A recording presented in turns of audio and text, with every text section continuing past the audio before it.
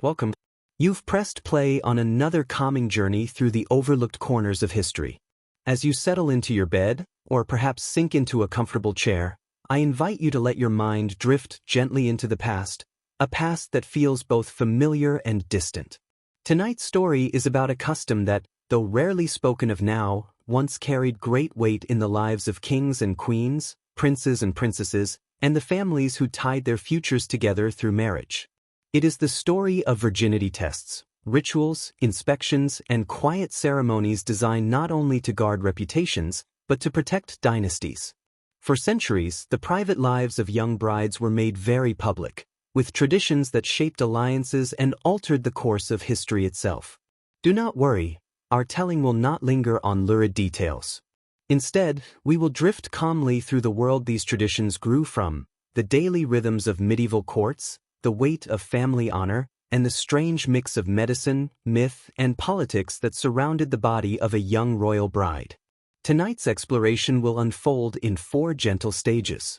First, we'll immerse ourselves in the daily life of a medieval court to understand the world in which these tests became necessary and meaningful. Then, we'll move to the story of a particular royal marriage and the figures whose lives were touched by such practices. Later, we'll step back into the realm of mystery and archaeology, examining the cultural and medical ideas that sustain the belief in virginity as something observable, almost tangible. And finally, we'll contrast the daily lives of the elites, whose futures were defined by these traditions, with the quieter lives of ordinary people who lived by very different rhythms. As we begin, let the cadence of the past soothe you. You are not required to remember every name or date. Let the details wash over you like the steady rhythm of rain against a window. And if, somewhere in the middle, your eyes begin to close, that is perfectly fine. So let us step quietly into segment 1, into the courts and palaces of medieval Europe, where the lives of the young were not entirely their own. Imagine yourself walking slowly through the stone corridors of a medieval castle. The air is cool and carries with it the faint scent of smoke from great hearths, mingled with the sharper tang of rushes strewn across the floor. The walls, draped with heavy tapestries, seem to swallow sound, creating a muffled quiet punctuated only by footsteps and the murmur of distant voices. Life in a medieval court was carefully structured, bound by rules of etiquette, ceremony, and hierarchy. The castle was not only a home but also the heart of governance, diplomacy, and ritual. Every moment of the day was choreographed to reflect the dignity and order of noble life. In the early morning, the day would begin with prayers. Servants rose first, tending fires and preparing chambers. Ladies in waiting attended to the queen or princess, brushing her hair, lacing her garments, and preparing her for the public rituals of the day. Each garment was not only a piece of clothing but a symbol of her status, gowns of rich velvet or brocade, heavy with embroidery, sometimes layered so that her movement itself became a performance of wealth. Meals were central events, less about food and more about display. Long trestle tables were arranged in great halls, and eating was accompanied by music, conversation, and sometimes the quiet observation of guests and foreign envoys. Every act, from the way a cup was lifted to the way bread was broken, carried meaning. A young bride, especially one brought from a foreign land to seal an alliance, was constantly observed. Her beauty, her manners, her bearing, all were measured against expectations. Beneath this daily rhythm lay the unspoken weight of purity and reputation. For a noble woman, and especially a royal bride, her body was not truly her own. It represented her family's honor, her dynasty's legitimacy, and the future stability of alliances. Even before marriage, whispers followed her. Was she modest? Was she virtuous? Did her behavior reflect the innocence her lineage promised? The court was a place of endless eyes, watching and recording. Chroniclers wrote not only of treaties and battles, but of appearances, skin described as pale or fair, hair compared to gold, behavior described as chaste or improper. Every description was both a compliment and a form of surveillance. In this environment, the concept of virginity was not merely personal. It was political.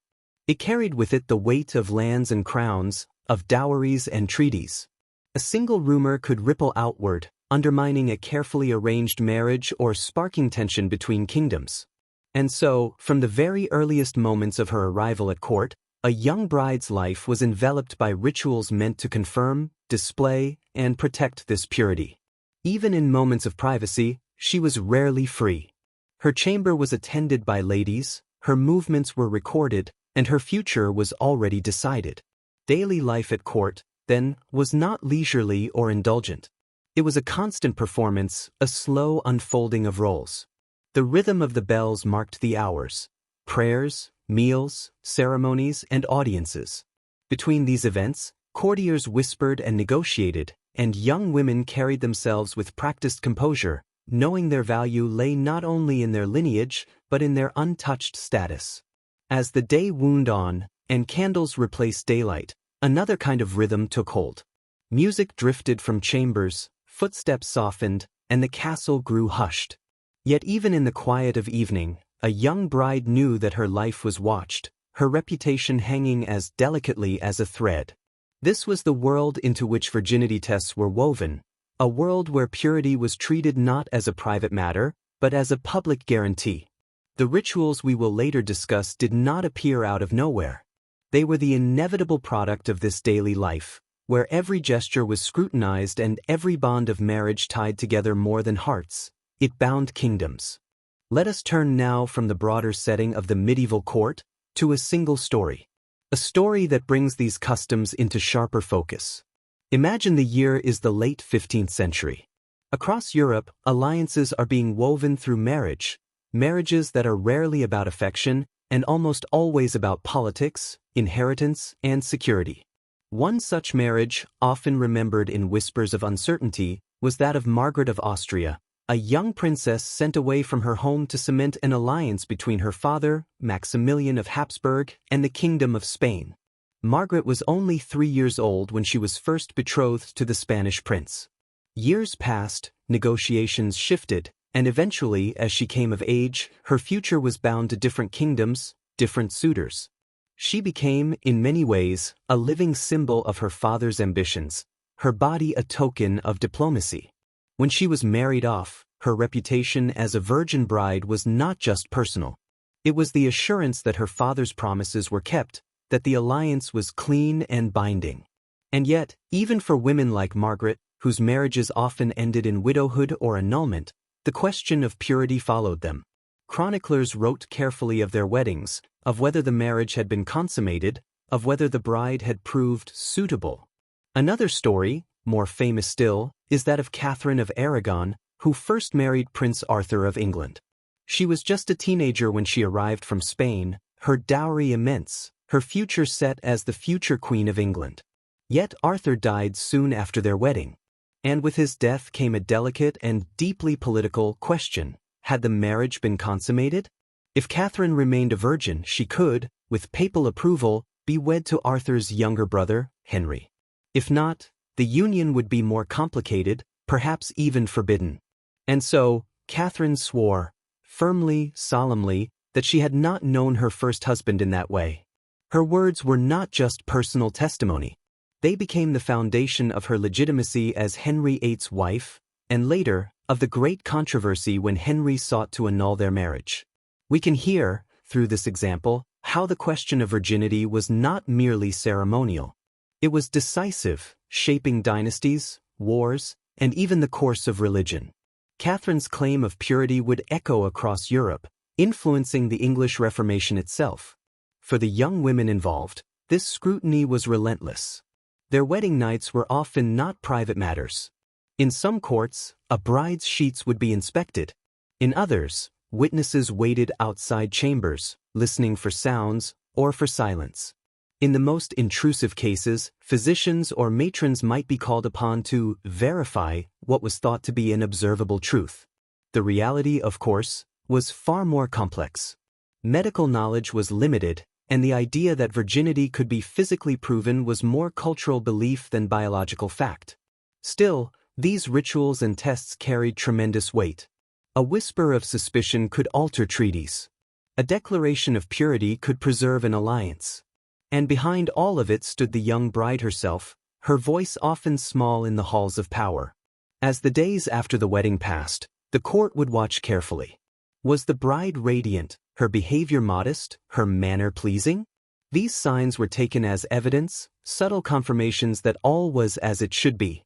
And in the quiet corners of chronicles, one finds words like untouched, chaste, or proved.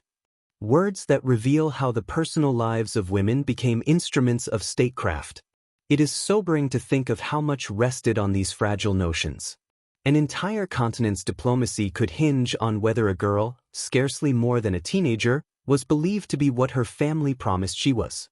And so, through stories like Catherine's, we glimpse the human cost of traditions like virginity tests, where the politics of Europe pressed heavily on the shoulders of the very young. We have looked at daily life in a medieval court, and we have stepped into the story of royal marriages. Now, let us move a little deeper into the beliefs and practices that made virginity tests seem, to people of the past, both necessary and possible.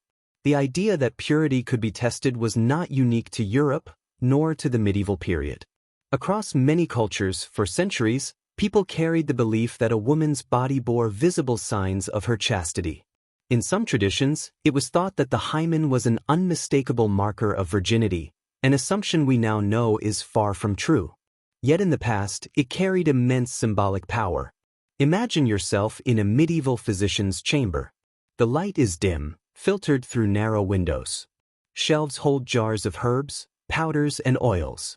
Manuscripts rest open, their pages filled with careful Latin script. Physicians of the era blended observation with speculation, and often with superstition. They believed the body carried secrets that could be read, if only one had the knowledge. Some manuals of the time advised tests that now sound curious, even unsettling. A woman might be told to jump or to run, with observers watching closely for how she moved, how she carried herself. Other texts suggested that the breath, the pulse, or even the brightness of the eyes could reveal purity or corruption.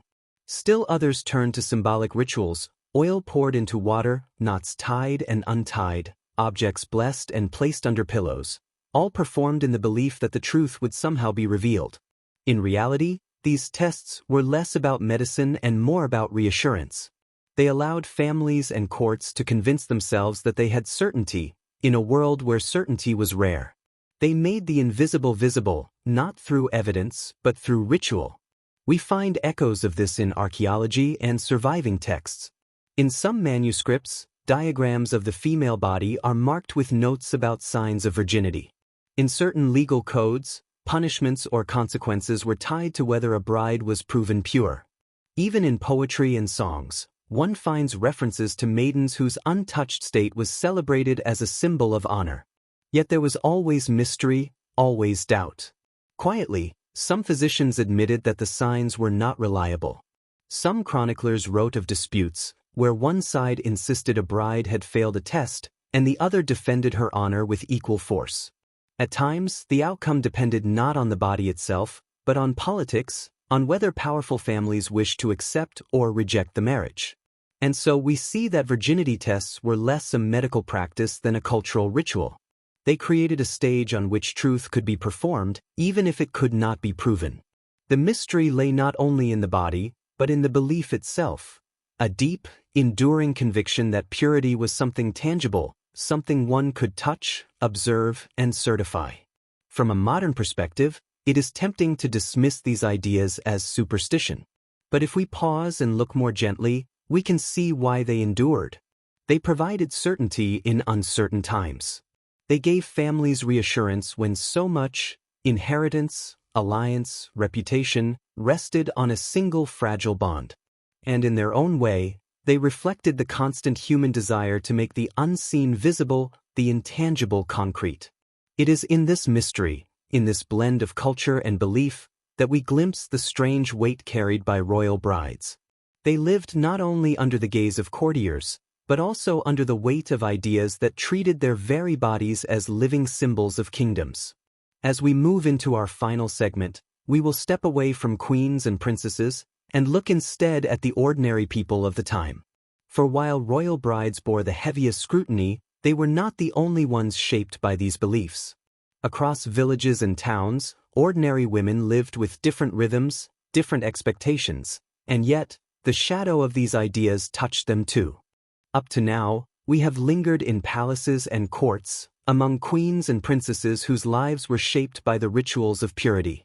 But let us now step away from those candlelit halls and into the quieter, humbler rhythms of ordinary life. Imagine yourself walking through a medieval village at dawn. The mist hangs low over thatched rooftops. Smoke drifts slowly from cottage chimneys. The air is filled with the faint sounds of animals stirring, the clatter of buckets at a well, and the steady rhythm of footsteps on earthen paths. For ordinary families, life was guided less by treaties and dynasties, and more by the steady needs of survival. Women rose early, often before the sun, to tend to hearth and children, to prepare bread, or to milk animals. Their marriages were not sealed with elaborate ceremonies or delicate negotiations across kingdoms. Instead, they were grounded in local custom, family ties, and the need for shared labor. Yet even here, ideas of purity had their place. A bride's reputation mattered deeply, not because of treaties between kingdoms, but because of honor within the village, the legitimacy of children, and the trust between families. Whispered suspicions could follow a girl, shaping her chances of marriage. Local traditions, too, sometimes carried their own rituals for demonstrating or symbolizing chastity. But unlike the world of kings and queens, these were not usually formalized into elaborate inspections. They were social judgments, subtle but powerful. In contrast, among the elites, the scrutiny was relentless. A royal bride's wedding night could affect the balance of entire nations. Her body was not just her own, but a vessel of politics, a living contract between families. Ordinary women lived within the same cultural framework, but the stakes were vastly different. For them, purity was tied to reputation and family honor. For a princess, it was tied to crowns and borders. And so, while both noble and common women carried the burden of chastity, the weight pressed differently. The villager might lose a suitor or face gossip in the marketplace. The princess might change the fate of kingdoms or ignite disputes that echoed through generations. As the day in the village stretches onward, one can hear the rhythm of work, spinning, weaving, tending fields. Children play in the lanes. Meals are shared, and neighbors gather in simple fellowship. The concerns of court, alliances, treaties, and the inspection of bedsheets feel distant here. Life is harder in its labor, but freer in its privacy. This contrast reminds us of how differently history is lived. The chronicles that survive are filled with queens and princesses, their purity debated, their reputations dissected. Yet for the majority, history unfolded in quiet fields, in hearth-warmed cottages, in the steady rhythm of ordinary days. Their lives, though less recorded, carried their own dignity, their own struggles, and their own balance between expectation and freedom. And in this contrast we find a kind of perspective. The cruel traditions of virginity tests, so deeply bound to politics and dynasties, were not universal in their weight. They loomed most heavily where power was greatest. For the many who lived beyond palace walls, life was still demanding, still shaped by reputation and expectation, but less entangled with crowns and kingdoms. As we move now toward our conclusion, let us hold both images in mind: the glittering halls of kings, heavy with ritual, and the quiet cottages of villages, alive with simpler rhythms. Together, they form the backdrop to a tradition that reveals not only the cruelty of politics, but the resilience of ordinary life. And so, our journey through the past comes quietly to a close. We began by stepping into the daily rhythms of medieval courts, spaces of grandeur, but also of endless scrutiny, where every gesture and glance carried meaning. We followed the lives of royal brides like Catherine of Aragon, whose reputations became cornerstones of alliances, their purity a matter of kingdoms rather than hearts. We wandered into the realm of belief and mystery, where physicians and chroniclers claimed to see signs of purity in movements, in eyes, in rituals that reassured more than they revealed. And finally, we contrasted this world of ritualized scrutiny with the lives of ordinary people, whose marriages and reputations were shaped by quieter, more local expectations. Through it all, one theme has remained: the body of a young bride was never simply her own. It was a vessel of politics, of honor, of continuity. Virginity tests, however unreliable, reflected the anxieties of families and rulers who sought certainty in uncertain times. They were rituals of reassurance, born of fear, tradition, and the fragile hope that purity could somehow be proven. Looking back now, with the comfort of distance, it is easy to see their cruelty. And yet, if we linger a moment longer, we can also see the humanity beneath them, the desire for stability, the longing for assurance, the hope that fragile bonds might hold. These desires are timeless, though they took a form we no longer accept. As you rest here, listening, let the weight of that history fall away. You are not in the drafty halls of a castle or the anxious bedchamber of a young bride.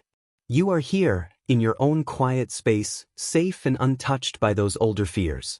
The world of virginity tests and royal marriages fades into the distance now, like candlelight guttering at the end of a long evening. What remains is the steady rhythm of your breath, the softness of your bed, the comfort of the present. As you close your eyes, you might imagine the past receding like a tapestry rolled away, leaving you only with calm and quiet. The stories have been told, the rituals described, and history has been set gently back in its place. Sleep, if it comes now, will be easier, knowing that the struggles of the past are far behind us, and that tonight you need only rest. Good night.